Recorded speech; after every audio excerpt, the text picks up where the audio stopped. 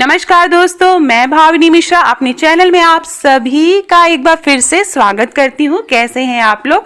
आशा करती हूँ आप सब स्वस्थ और सुरक्षित होंगे। सबसे पहले आप सभी को हरितालिका तीज व्रत की बहुत बहुत शुभकामनाएं। बहुत सारे क्वेश्चन आ रहे थे कि पारण कैसे करना है, सुहाग कैसे लेना है, तो इस वीडियो में मैं स्पेशली ये दोनों चीज़ों पर बात करूँगी। तो सुहाग लेने के लिए जब भी आप प्रदोष काल में पूजा करते हैं हरितालिका तीज व्रत की, तो माँ गौरी को जो सिंदूर चढ़ाते हैं उसी से सुहाग लेते हैं। तो वो तरीका मैं आपको बताऊंगी, साथ में पारण कैसे करेंगे। तो सुहाग आप शाम को जब प्रदोष काल में पूजा करेंगे तो लेंगे, और अगले दिन सुबह जब आप नहा धो के पूजा करेंगे तो सुहाग लेंगे। निर्जला व्रत होता है, 24 घंटे का व्रत होता है। अगले दिन सुबह 5 या 6 बजे उठ के पूजा करने के बाद ही व्रत का पारण करना है। सुहाग लेने के लिए माँ को हम सिंदूर चढ़ाएंगे। सिंदूर को 7 बार हमें चढ़ाना है। बहुत से लोग 3 बार भी चढ़ाते हैं, तो 3 या 7 बार मैं 7 बार चढ़ाती हूँ। तो 7 बार सिंदूर चढ़ाएंगे माँ गौरी को। फिर 7 बार माँ गौरी से सिंदूर, जहाँ पे आपने सिंदूर की थोड़ी मात्रा ज़्यादा, चिटकियों में आप सिंदूर चढ़ाइए ताकि आप सुहाग ले सकें। उसके बाद सिंदूर वापस वहाँ से माँ गौरी से अपने मांग में लगाएंगे 7 बार। फिर हाथ धो लेंगे, अपने हाथ को स्वच्छ करेंगे, फिर माँ को दोबारा सिंदूर लगाएंगे 7 बार।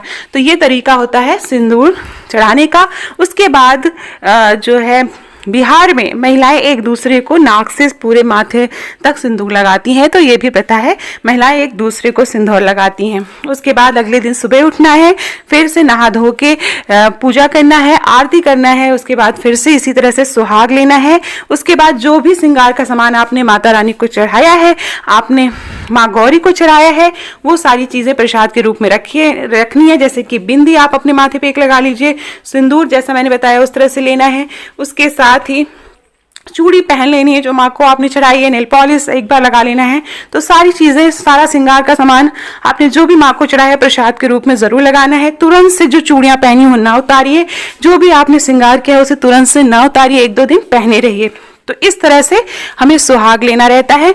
पारण करने के लिए चने का प्रयोग किया जाता है। भीगे चने माँ को चढ़ाएंगे, और जो भी प्रसाद पारण आपको करना है, तो पारण करने के लिए जितने भाई होते हैं उतना चला निगल के पानी पी के व्रत का पारण करते हैं।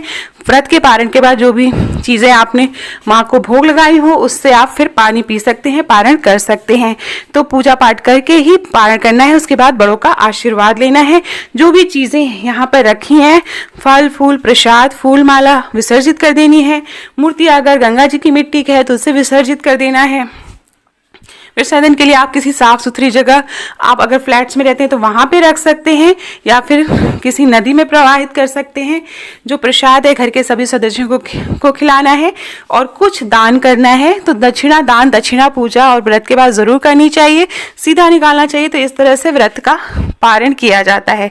बड़े बुजुर्गों को प्रसाद देने के बाद फिर आप कोई चीज़ खाइए। तो इस तरह से व्रत का पारण किया जाता है। तो आशा करती हूँ आपको मेरा वीडियो पसंद आया होगा।